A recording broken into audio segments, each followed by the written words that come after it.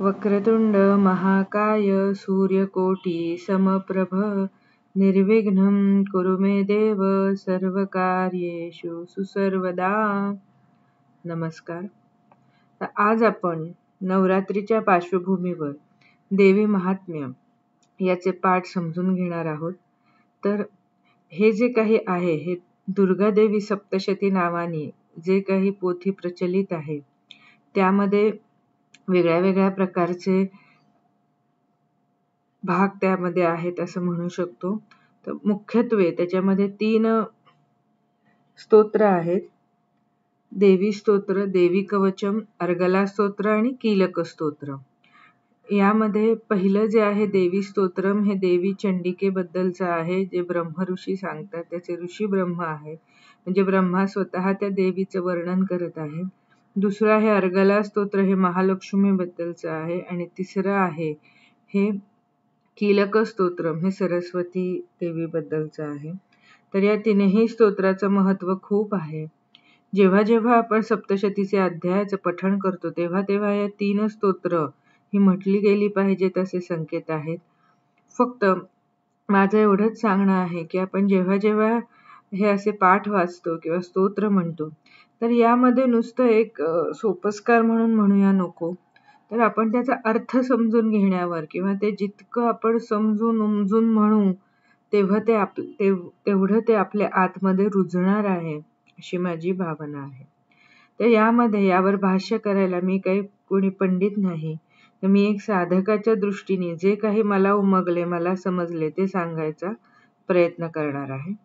तर आपण सुरू करूया दुर्गा सप्तशतीचं पहिला अध्याय. यामध्ये थोडीशी प्रस्तावना सांगते की हे जी सप्तशती आहे ही कुठून मिळाली किंवा कोणी लिहिली. तर ही दुर्गा सप्तशती हे पूर्ण स्तोत्र किंवा श्लोकांचा जो संच आहे तो मार्कंडेय पुराणामध्ये मिळतो.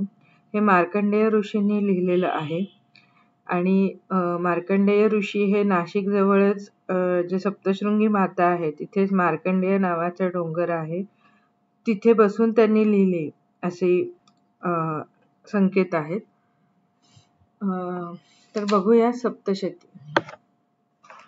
तर यामध्ये जो पहिला अध्याय आहे तर ऋषी काय बरे सांगतात, तर ऋषी सांगतात की ही जी काही कथा आहे, पहिली जी ओवी आहे ती रहस्यमय आहे. म्हणजे ते काय सांगतात की ही जी पहिली कथा किंवा पहिली कथा नाही, हे पूर्ण जे काही मी सांगत आहे तेच मी अशाबद्दल सांगत आहे, अशा व्यक्तीबद्दल सांगत आहे की जो पुढे जाऊन 8वा मनू बनणार आहे असं सांगतात. आणि मग तो संदर्भ सोडून देतात आणि मग पुढे वेगळीच कथा चालू होते. तर तो कोण आहे हे आपण पुढच्या विवेचनात बघूया. पण पहिला आपण चालू करूया की ही जी पहिली ओवी आहे ती एका मनूबद्दल आहे. म्हणजे पूर्ण कथा सप्तशतीच ही एक मनू कसा बनला यावर आहे, पण पुढे मनूचा कुठेच संदर्भ येत नाही. आणि मग पुढच्या ओवीमध्ये एका राजाचा संदर्भ चालू होतो. खूप पूर्वी, म्हणजे हे जे काही कॉन्टेक्स्ट आहे किंवा टाइम फ्रेम आहे, टाइमलाईन आहे, ही खूप जुनी आहे. तर तेव्हा सुरथ नावाचा राजा हा राज्य करीत होता. तो अत्यंत प्रजादक्ष राजा होता, चांगला होता. त्याच्या राज्यातलं प्रजा सुद्धा खूप सुखी होती असं वर्णन येतं. पण अचानक हे सगळं असताना त्याच्या राज्यावर एक शत्रूचं आक्रमण झालं आणि म्हणजे त्यांनी खूप लढाई केली, असं नाही की तो पळून गेला. खूप वर्ष लढाई झाली, पण हळूहळू त्याची ताकद कमी पडायला लागली आणि त्याचं राज्य त्याच्या हातून गेलं आणि मग तो रानावनात भटकायला लागला. तर हे सगळं करीत असताना त्याचे जे स्वतःचेच मंत्री होते, म्हणजे जे सेनापती होते, जेव्हा असं समजायला लागलं की आता हळूहळू या सुरथ राजाचा पराभव होतोय, तर ते शत्रूला जाऊन मिळाले. त्याने मिळवलेला खजिना त्यांना देऊन टाकला. आणि मग म्हणजे त्याला त्याचं जास्त वाईट वाटलं की जे माझी लोक ज्यांना मी म्हणत होतो आजपर्यंत त्यांनीच असं केलं, मला दगा दिला आणि ते जे माझा खजिना होता तो त्यांना देऊन टाकला. आणि आता म्हणजे तो निघून गेला, एक फक्त घोडा घेऊन तो निघून गेला, रानावनात भटकू लागला. आणि त्याच्या मनात सारखा विचार हाच यायचा की एवढं जे काही मी वैभव मिळवलं होतं, एवढा जो काही माझा महाल होता, एवढे नोकर चाकर होते, तर या आता काय होत असेल, आता ते नवीन राजाला नतमस्तक होत असतील, नवीन राजा त्यांची काळजी घेत असेल. तर अशा पद्धतीने तो एका विमनस्क अवस्थेत फिरत होता. तर मग असं फिरत असताना तिथे त्याला एक ऋषींचा आश्रम दिसला. आता इथे दुसरं कॅरेक्टर येत आहे. ओके, एक सुरथ राजा होता जो विमनस्क आहे, त्याचं राज्य गेलेलं आहे, तो अत्यंत दुःखी आहे. आणि अशा वेळी त्याला एक आश्रम दिसला एका जंगलामध्ये. त्यांचं नाव होतं सुमेधा ऋषी. ओके, काही ठिकाणी मेधा ऋषी असा उल्लेख येतो, काही ठिकाणी सुमेधा ऋषी असं आपण सुमेधा म्हणूया, म्हणजे आपल्या इथे सु लावायची पद्धत आहे सगळ्या चांगल्या गोष्टींना, तर आपण सुमेधा ऋषी म्हणूया. तर त्या ऋषींच्या आश्रमात तो गेला आणि मग तिथे जाऊन तो राहू लागला. तिथे त्याला थोडंसं बरं वाटलं की आश्रमाचं वातावरण काही होतं, चांगलं होतं, त्याला थोडंसं बरं वाटायला लागलं. आणि मग असं चालू असतानाच तिथे त्याला एक माणूस दिसला, तो त्याच्यासारखाच असा दुःखी, कष्टी, म्हणजे असा दुःखी अवस्थेत, आपण म्हणतो ना की निराश अवस्थेत माणूस बसतो, लगेच कळून येतं की काहीतरी बिनसलंय, तसा एक माणूस दिसला. तर त्याचं नाव होतं समाधी. आता हे तिसरं कॅरेक्टर आहे. पहिला होता सुरथ राजा, मग आले सुमेधा ऋषी आणि तिसरे आहे हा समाधी. तर समाधी जो होता तो एक व्यापारी होता. पूर्वीच्या काळी, म्हणजे त्याच्या आयुष्याच्या आधीच्या काळी, म्हणजे समाधीच्या पूर्व आयुष्यात म्हणू शकतो, की तो खूप यशस्वी होता, खूप पैसे त्यांनी जमवलेले होते, धनवान होता, त्याचं कुटुंब होतं. पण पुढे जाऊन त्याला त्याच्या घरच्यांनी, म्हणजे त्याच्या मुलांनी, त्याच्या बायकोने, सगळ्यांनी लबाडी करून त्याला घराबाहेर पाठवलं. सगळा पैसा हातवला, म्हणजे सगळा पैसा त्यांनी स्वतःकडे करून घेतला, त्याला हाकलून दिलं स्वतःच्याच घरातून. आणि तो त्या दुःखामध्ये तिथे येऊन बसलेला होता. म्हणजे साधारणपणे सुरथ आणि समाधी या दोघांचं दुःख बऱ्यापैकी सेम होतं. ते असं म्हणतात ना की आपण एकटेच दुःखी असू तर जास्त वाईट वाटतं, आपल्यासारखं कोणी भेटलं तर आपल्याला जरा बरं वाटतं की आपण एकटेच नाही आहोत. अशा पद्धतीने सुरथला वाटलं की अरे हा पण आपल्यासारखाच आहे दयनीय, आपल्याला तर आपल्या म्हणजे सैनिकांनी किंवा नोकर चाकरांनी फसवलं, याला तर स्वतःच्याच घरच्यांनी फसवलंय, कुटुंबानेच फसवलेलं आहे, याचं तर किती बरं दुःख मोठं आहे. असं करून ते दोघंही चिंताक्रांत बसलेले असतात. तर तेवढ्याच सुमेधा ऋषींना ते दिसतं की हे का बरे असे हे दोघं बसलेले आहेत. ऋषी ज्ञानी असतात, ऋषी ज्ञानी असतात, त्यांना सगळं समजत असतं. तर मग ते हसतात, ते स्वतःहून त्यांच्याकडे जात नाही. त्यांना समजतं की हे दोघंही, यांना खूप प्रश्न पडलेले आहेत.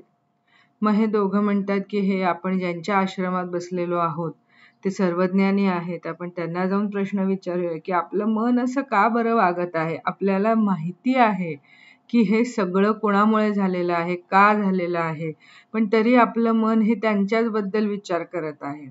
म्हणजे तो सुरथ राजा पण विचार करतोय की ते सेनापती आता कोणाला प्रणाम करत असतील, हा सुद्धा विचार करतोय माझी मुलं कशी बरं असतील, माझी बायको कशी बरं असेल, ते आता काय बरं करत असतील.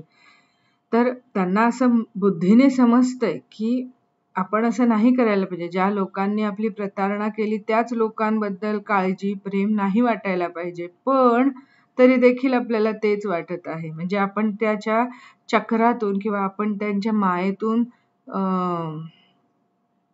सोडले गेलेलो नाही आहोत, बांधलेच गेलेलो आहोत. आपण एवढ्या लांब जंगलात येऊन बसलो तरी आपण त्यांचाच विचार करत आहोत. त्यांचा तिरस्कार वाटायला पाहिजे, राग वाटायला पाहिजे, तर आपण त्यांचीच काळजी करत बसलेलो आहोत. अशा या दोघांनाही खूप प्रश्न पडतात की हे काहीतरी वेगळंच चालू आहे. आपल्याला समजतंय पण आपल्याला तसं वागता येत नाहीये. चला बरं ऋषीमुनींना तरी विचारूया. मग असं समजून ते दोघे जण सुमेधा ऋषींकडे जातात. आणि मग सुमेधा ऋषी म्हणतात, सुमेधा ऋषींना हे दोघे जण म्हणतात की हे असं असं आमच्यासोबत सगळं झालेलं आहे, पण तरी देखील आम्ही त्याच गोष्टींचा विचार करत आहोत, असे का बरे. मग आता असे का बरे म्हटल्यावर ऋषी सांगायला सुरुवात करतात. तर आता ऋषी सांगतात की ऋषींना समजतं की यांना थोडासा दंभ झालेला आहे. दंभ म्हणजे काय, अहम. की ते म्हणतात सुरथ राजा काय बरं म्हणतो की आम्ही सगळे बरं एवढे दोघंही जाणते आहोत. जाणते आहोत म्हणजे की आता आम्ही आयुष्य बऱ्यापैकी जगलेलो आहोत, आम्हाला थोडीफार माहिती आहे की हे असं आम्ही करायला नको आहे, तरी देखील आमचं मन का बरं असंच वागत आहे, कसं बरं याच्यामध्येच अडकलेलं आहे. असं जेव्हा ते म्हणतात तेव्हा त्यांचा हा जे काही आहे तो आंधळा मूर्खपणा आहे हे ऋषीमुनींना समजतं आणि ते म्हणतात, अरे तुम्हाला जे समजतंय ते फक्त तुम्हालाच समजतंय का? म्हणजे तो जो काही म्हणतो की आम्ही जाणते असून असे वागतो, तर असं नाही असं ऋषी म्हणतात. की या जगामध्ये जे जे कीटक आहे, जे जे चराचर आहे, पशु आहे, की गाईला सुद्धा कळतं की आपल्या बाळाला दूध द्यायला पाहिजे, नंतर तो आपल्यासोबत राहणार नाहीये. किंवा पक्ष्यांना देखील कळतं की आपण ज्यांना पाणी देत आहोत, आपण ज्यांना भरवत आहोत, अन्नाचा दाणा आणून आणून देत आहोत, ती पिलं उडून जाणार आहेत. पण तरी देखील ते करतच असतात ना. म्हणजे यामध्ये फक्त तुम्हीच खूप जाणते आहात आणि केलेलं आहे असं नाही, असं ऋषींना सुचवायचं असतं. ते काय बरं जे म्हणतात की तुम्हाला जे विषय दिसतात, तुम्हाला जी समज आहे ती सर्वच प्राण्यांना कळत असते. असे कितीतरी या जगात प्राणी आहेत की जे दिवसा उजेडी त्यांना दिसतं, काहींना रात्री दिसतं, काहींना दोन्ही वेळी दिसतं, काहींना कधीच दिसत नाही. हे सगळं जरी असलं तरी सगळ्याच प्राणी मात्रांना जाणीव आणि भावना या असतातच. पण माणूस मात्र परतफेडीची अपेक्षा करतो. म्हणजे माणसाला असं वाटत असतं की आता मी एवढं केलं की आता मुलांचा सांभाळ सुद्धा आपण करतो, म्हणजे आपल्याला असं वाटत असतं की मुलं पण आपला सांभाळ करतील मोठे झाल्यावर. म्हणजे कुठेतरी आपण अपेक्षाच बाळगून असतो. तर असे होण्यामागे काय बरं कारण आहेत असं जर तुम्हाला वाटत असेल तर याचं कारण आहे महामाया. महामाया ती कोण आहे? तिच्या प्रभावामुळे मोहाच्या भोवऱ्यात अडकून सगळे जीव हे गरागरा फिरत असतात. यात विचित्र असे काहीच नाही. जगदीश्वर विष्णूची ही योगनिद्रा आहे. हीच त्याची महामाया असून ती जगाला भुलविते. भुलविते म्हणजे काय? आता आपण असं समजू शकतो की आता आपण त्या तिघांच्या कथेकडून देवीची जी काही म्हणजे ओव्या आहेत तिकडे जायला चालू झालेलो आहोत. तर आपण हे समजून घेऊया की भुलवते, महामाया आपल्याला भुलवते म्हणजे काय? तर जेव्हा मोह जो आपल्याला होतो, म्हणजे आपल्याला कुठल्याही गोष्टीमध्ये मन अडकणं किंवा आपण किती वैराग्य आणू असा विचार केला तरी परत परत आपल्याला वाटतं आपण या मोहावर विजय मिळवला तर ती दुसरा मोह आपल्याला दाखवते. म्हणजे आपण समजा पैशातून लक्ष काढून घेतलं तर आपल्याला कुटुंबाची ओढ लागते. कुटुंबातून काढून घेतलं तर अजून आपल्याला कुठल्या तरी दुसऱ्या गोष्टीची ओढ लागते. घराची ओढ लागते. कुठल्याही प्रकारची जी ओढ आहे, ही सगळी माया आहे. आपल्या माया म्हणजे काय? कशात तरी गुंतवून घेणं. कशात तरी म्हणजे काय की गुंतवून घेणं म्हणजे या संदर्भाने मी म्हणते की सगळ्या पाशातून मुक्त होणे हे जे आपल्याकडे म्हणतात ते तसं नाही. कुठल्या तरी पाशामध्ये बांधले जाणंच काम ही माया करत असते. तर ती कोण बरं आहे? तर ते आपण बघूया. थोडंसं मी ओवींच्या पलीकडे जाऊन सांगते. ओवींच्या पलीकडे म्हणजे की आता ते सांगतात की हे कधीचं बरं मी सांगत आहे. तर ते दोघजण प्रश्न विचारतात, कोण आहे ही महामाया? तर त्यांनी सांगितलं की ही विष्णूची योगनिद्रा आहे. पण योगनिद्रा म्हणजे काय? तर हे खूप शब्द अवघड आहे. तो समजून घ्यायचा प्रयत्न करूया. ठीक आहे? तर योगनिद्रा म्हणजे काय? तर योग आणि निद्रा. निद्रा म्हणजे आपण झोपतो तेव्हा आपलं मन म्हणजे आपण काहीतरी उद्योग करत असतो, स्वप्न वगैरे बघत असतो. पण आपल्याला काही आठवतं का की आपण रात्रीच्या 1 वाजता झोपेत असताना आपल्या म्हणजे काय चालू होतं आपल्या शरीरात किंवा आपल्या मनामध्ये आपण काय करत होतो असं आपल्याला आठवत नाही, कारण आपण अवेअर नसतो, आपण जागे नसतो असं आपण म्हणतो.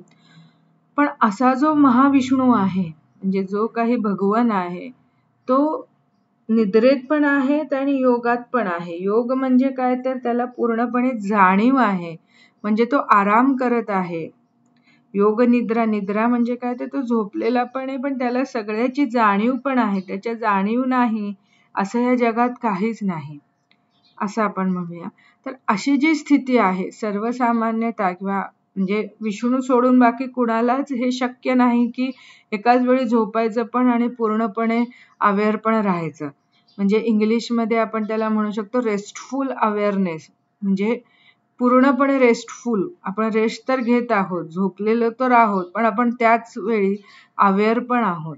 आपल्याला सगळं माहितीये काय चाललंय, म्हणजे सोंग नाही घेतलंय त्यांनी झोपेचं, ते झोपलेलेच आहेत, पण तरी देखील त्यांना सगळं माहितीये की काय चालू आहे, का चालू आहे, कधी चालू आहे, कधी होणार आहे, हे सगळं त्या महाविष्णूला माहितीये. त्या परमात्मा परमेश्वराला सगळं माहितीये. तर असा तो योग निद्रेमध्ये झोपलेला आहे.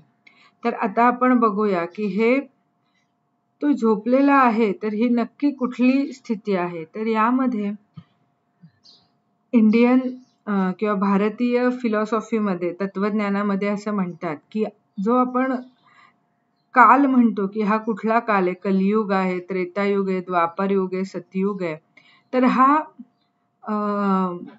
लिनियर नाही म्हणजे एकदा चालू झाला की तो परत म्हणजे एकाच रेषेमध्ये सरळ सरळ जातो आणि पुन्हा तो वळून येत नाही, असं नाही. तर हा चक्राकार आहे. चक्राकार म्हणजे काय, तर तो गोल गोल सायक्लिक, आजकाल आपण असे शब्द वापरले की पटकन कळतात की तो सायक्लिक आहे, एका सायकल मध्ये जाणारा आहे. ती सायकल परत परत रिपीट होणारी आहे, परत परत येणारी आहे, आणि अशालाच कालचक्र असं म्हणतात. तर मग हे आता आपण कलियुगात आहोत हे आपण जाणतो. तर हे कलियुग किती आहे, तर 4,32,000 वर्षांचं आहे. मग द्वापारयुग किती होतं, तर ते 8,64,000 वर्षांचं होतं. तसंच त्रेतायुग 12,96,000 वर्षांचं होतं आणि सतयुग 17,28,000 वर्षांचं होतं. असे 4 युग मिळून एक महायुग बनतं, जे 43,20,000 वर्षांचं असतं. आणि अशी 71 महायुग मिळून एक मन्वंतर बनतं. आणि मग जेव्हा ते मन्वंतर म्हणजे तेव्हा जेव्हा हे महायुग संपतं, म्हणजे एक मन्वंतर संपतं, तेव्हा त्याच्या आधी आणि नंतर एक संध्याकाळ असतो. संध्याकाळ म्हणजे काय, की जेव्हा ते म्हणजे सृष्टी चालू होत असते किंवा सृष्टीला आपण काय म्हणू शकतो, उत्पन्न होत असते आणि सृष्टी लयास जात असते.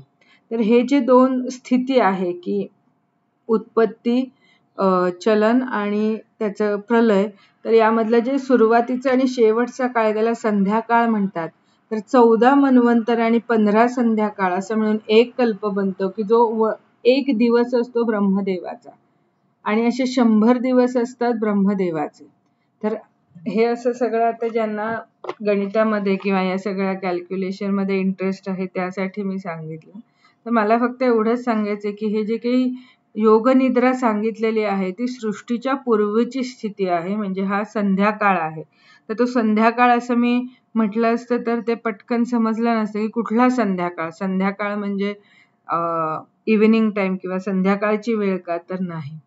ही संध्या जी आहे ही महायुग, 71 महायुग जी मिळून एक मन्वंतर बनतं. तर एक मन्वंतर सुरू व्हायच्या आधीचा आणि सुरू व्हायच्या नंतरचा जो काळ आहे त्याला संध्याकाळ असं म्हणतात.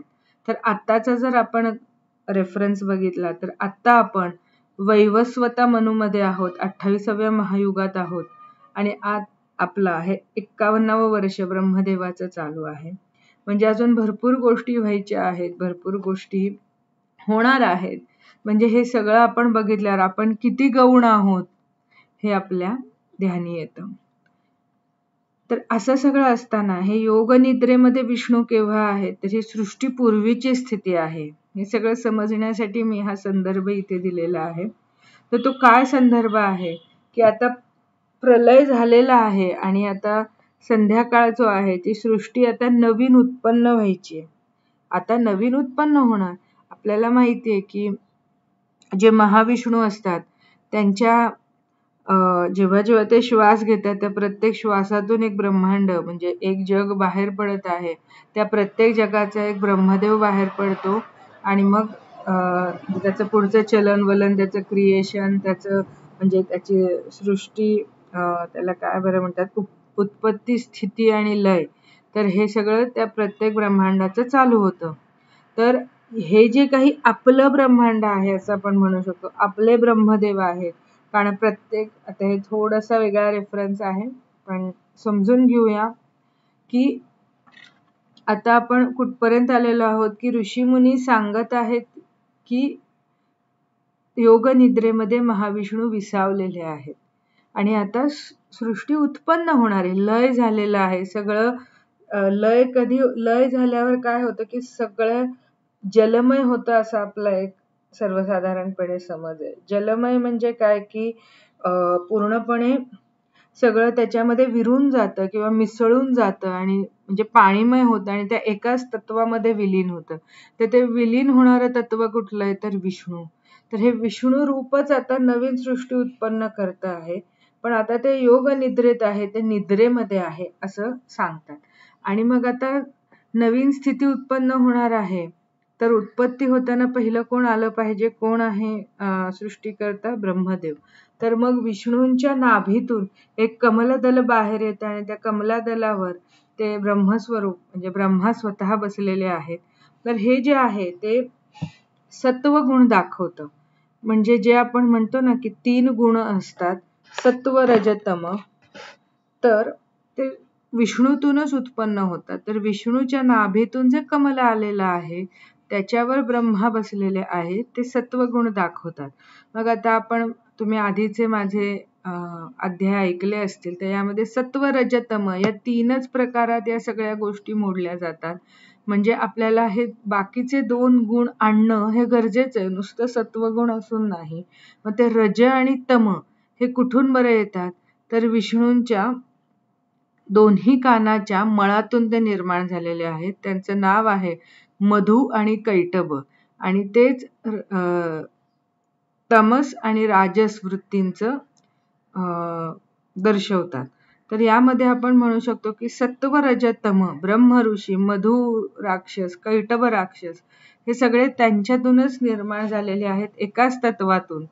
आणि मग आपण म्हणू शकतो का की जे आपले भगवंत आहेत ते त्यांच्यातूनच सूर पण निर्माण झालेले आहेत, असुर पण निर्माण झालेले आहेत. पण ते स्वतः जो महाविष्णू आहेत ते या तिघांच्याही पलीकडचे आहेत. ज्यांच्यातून हे 3 निर्माण होते ते याच्यापेक्षाही मोठे असणार आहेत. बरोबर. या 3ही गुणांचा काय म्हणतो नियम किंवा त्या बंधात ते अडकणार नाहीत, कारण ते त्याच्याही पलीकडे आहेत. असे ते महाविष्णू सत्व रज तमच्या पलीकडे आहेत आणि ते झोपलेले आहेत. कुठे झोपलेले आहेत तर एका खूप मोठ्या सागरामध्ये. तर ते सागर आणि कशाचं दर्शवतं तर ते जे पूर्ण समुद्र आहे तो क्षीरसागराचा समुद्र आहे. एका आदिशेषावर ते झोपलेले आहेत. तर असे ते विष्णू योग निद्रेमध्ये पहुडलेले आहेत असं आपण म्हणू शकतो आणि त्यांच्यातून सत्व रज तमची उत्पत्ती झालेली आहे. आता जे काही मधु आणि कैटभ राक्षस आहेत ते शेवटी राक्षसच आहेत. तर आता ते सगळ्या सृष्टीला त्रास द्यायला लागणार आहेत किंवा लागणार आहेत. म्हणून जे नाभीत बसलेले ब्रह्मदेव आहेत ते सांगत आहेत की आपण या दोन्ही राक्षसांचा वध करण्यासाठी किंवा दोन्ही राक्षसांचा संहार करण्यासाठी म्हणून आपल्याला या महाविष्णूला यांच्या योग निद्रेतून जाग केलं पाहिजे. आता जाग केलं पाहिजे, पण असा जो काही परमात्मा आहे की जो या 3ही गुणांच्या पलीकडे आहे, जो क्षीरसागरावर पहुडलेला आहे, आदिशेषावर झोपलेला आहे, अशा महाविष्णूला कोण बरं जाग करणार किंवा कोण असं आहे ज्याने त्याला निद्रा आणलेली आहे. तर अशी ती योग निद्रा आहे की जिनी महाविष्णूला सुद्धा झोपवलेलं आहे असं म्हणू शकतो किंवा त्या स्थितीमध्ये त्यांना पोहोचवलेलं आहे, अजून चांगल्या भाषेत म्हणायचं तर. मग ते आता ब्रह्मदेव सांगतायत. आता असा संदर्भ येतो की जे ब्रह्मऋषी आहेत, जे नाभीतून निर्माण झालेले आहेत, ते ती योग निद्रा जी आहे तिच्याबद्दल वर्णन करत आहेत. खूप महत्वाचं आहे हे बघूया. तिचा जन्म, तिचं स्वरूप आणि तिचे सर्वत्र व्यापून असलेली ती सत्ता आहे. असे सर्व वृत्त तुमच्याकडून ऐकावं असे ते सांगतात. कोण सांगतात? मध्ये मध्ये मी रेफरन्स परत देते, सुरत आणि समाधी. तर मग ते काय सांगतात की कोण आहे ती? स्वाहा, स्वधा, वशटकारा, स्वरात्मिका तूच आहेस. तू अमृतमयी, अविनाशी, नित्य असून 3 मात्रात तूच वसतेस. अ उ म याच्या पलीकडे ती आहे. हे विश्व तूच धारण करतेस, हे जग सुद्धा तूच उत्पन्न करतेस, पालन पोषणही करतेस आणि शेवटी संहारही तूच करतेस. अशा प्रकारे जगाच्या उत्पत्तीच्या वेळी तू सृष्टी बनतेस, रक्षणाच्या वेळी तू स्थिती बनतेस आणि अंतकाळी संहारिणी बनतेस. म्हणजे काय?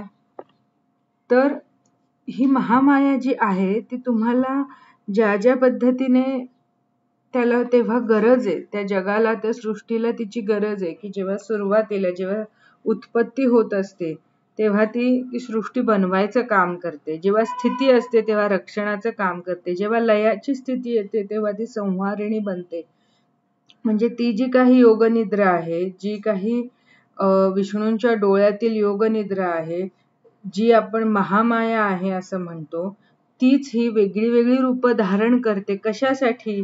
तर जगाचं पोषण करण्यासाठी, त्याचं उत्पत्ती, स्थिती, लय हे सगळं चालू राहावं, हे कालचक्र चालू राहावं म्हणून जी वेगळी वेगळी ती रूप घेते, तीच ती महामाया आहे, विष्णूंच्या डोळ्यातील योगनिद्रा आहे. मग ती कोण बरं आहे? तर महाविद्या, महामाया, महामेधा, महास्मृती, महामोहा, महादेवी, माहेश्वरी, हे सगळं तीच आहे. तिचीच वेगळी वेगळी रूप आहेत. 3 गुणांना प्रगट करणारी सर्वांची मूळ प्रकृती ही तीच आहे. ती काळरात्री, महारात्री, दुर्धरशी, मोहरात्री, हे सगळी तीच आहे. श्री, ईश्वरी, री, बोध करणारी बुद्धी, लज्जा, पोषिणी, शांती, क्षमा, अशा सगळ्या रूपात ती आहे. ती तलवार धारण करते, ती शूल धारण करते, ती घोररूपिणी आहे, ती गदाधारी आहे, ती चक्रधारिणी आहे, ती शंख, धनुष्य, बाण, भुशुंडी, परीघ अशी वेगळी वेगळी शस्त्र घेणारी आहे. तर ते जे जे म्हणून या सृष्टीत टिकतं आणि जे नाशवंत आहे, या सगळ्यामधील शक्तीस तूच आहेस. तू सौम्य आणि अतिसौम्य आणि कमालीची सुंदर अशी परमेश्वरी आहेस. तू अपरा आणि परा या सगळ्यांच्या पलीकडे आहेस. त्यामुळे म्हणजे ब्रह्म, विष्णू, महेश या सगळ्यांना देह हा तूच दिलेला आहेस. त्यामुळे आता तुझी स्थिती करायचं सामर्थ्य कोणाकडे बरं आहे? असं स्वतः ब्रह्मदेव म्हणून तिला आळवत आहे. आता काय चालू आहे बघा. आपण काय आधी बघितलं की महाविष्णू झोपलेले आहेत क्षीरसागरामध्ये आदिशेषावर. ते कसे झोपलेले आहेत? योगनिद्रा. योगनिद्रा म्हणजे काय की रेस्टफुल अवेअरनेस. ते पूर्णपणे त्यांना जाणीव आहे पण ते निद्रेत आहेत. त्यांच्या नाभीतून कोण निघालेलं आहे? ब्रह्मा निघालेले आहेत. आणि कानाच्या मळातून कोण निघालेले आहेत? मधु आणि कैटभ. आता त्या दोघांचा नाश करण्यासाठी आधी विष्णूला उठवलं पाहिजे. विष्णूला उठवायचं असेल तर आधी योगनिद्रेला आळवलं पाहिजे, तर ते जागे होतील. म्हणून ब्रह्मा ही त्यांची स्तुती करत आहेत, त्या महामायेची स्तुती करत आहेत. त्यामुळे आता ते काय म्हणतात की तुझा प्रभाव हीच तुझी स्तुती आहे. तू एवढ्या महाविष्णूला की जो हे सगळं ब्रह्मांड ज्यांनी निर्माण केलेलं आहे, अशाला तू म्हणजे तुझ्यामुळे ज्यांना झोप आलेली आहे, जो तुझ्या प्रभावामुळे ते योगनिद्रेत आहेत, तर आता या महाभयंकर मधु आणि कैटभ राक्षसांना मोहित कर आणि जगन्नाथ विष्णूला ताबडतोब जागा कर, अशी आळवणी ब्रह्मदेव स्वतः त्या योगनिद्रेकडे, त्या आदिमायेकडे करत आहे. तर असं करीत असताना त्यांनी देवीची प्रार्थना केलेली आहे. तर मग आता ते प्रार्थना केलेली आहे, आता प्रार्थना जी आहे ती फळाला आलेली आहे. तर काय झालेलं आहे? तर विष्णूंचे डोळे, मुख, नाक, हात, हृदय, छाती अशा सर्व गात्रातून बाहेर पडून ती देवी ब्रह्मदेवासमोर प्रगट झालेली आहे. पण ती अजून जन्मलेली नाही. ती जन्मू शकतच नाही. ती हिरण्यगर्भा, स्वर्णगर्भा म्हणतात. श्री सुक्तात असा संदर्भ आलेला आहे की जिच्या गर्भातून सगळं निर्माण झालेलं आहे, तिला धारण करण्याचा गर्भ या मृत्यू लोकात कोणाकडेही नाही. त्यामुळे जिथे जिथे देवीचा संदर्भ येतो तिथे सगळीकडे ती प्रगट झाली असं म्हणतात. ती कोणाच्या तरी पोटी जन्माला आली असं शक्यतो म्हणजे कुठल्याच पोथीमध्ये किंवा कथांमध्ये येत नाही. आता आपण रेफरन्स बघायचा झाला तर सीता माता या सुद्धा या सापडलेल्या होत्या एका शेत जमिनीमध्ये, बरोबर. म्हणजे त्या कोणाच्याही गर्भामध्ये त्या धारण झालेल्या नव्हत्या, कारण ते तसं करता येणं शक्य नाही. जिच्या गर्भातून सगळं उत्पन्न झालं आहे तिला कोणाच्या तरी गर्भातून जन्म घेणं हे शक्य होणार नाही. म्हणून अशी ती आदिमाया, अशी ती महामाया जी आहे ती ब्रह्मदेवासमोर प्रगट झाली. तिने प्रभाव काढून घेतला. बघा कसा संदर्भ आलेला आहे. तिने जेव्हा प्रभाव काढून घेतला तेव्हा जगन्नाथ, तेव्हा महाविष्णू हे जागे झाले, उठून उभे राहिले आणि त्या राक्षसांना त्यांनी पाहिलं आणि मग त्या दोघांमध्ये युद्ध झालेलं आहे. महाविष्णू आणि दोघे असुर यांच्या मधु आणि कैटभ. आणि मग हे चालू असताना ब्रह्मदेवानी 2 गोष्टी त्यांना सांगितल्या होत्या की तू त्या दोघांना मोहित कर आणि यांना जागे कर. त्यांनी विष्णूला पण जागा केलेलं आहे आणि त्यांची बुद्धी पण भ्रष्ट केलेली आहे.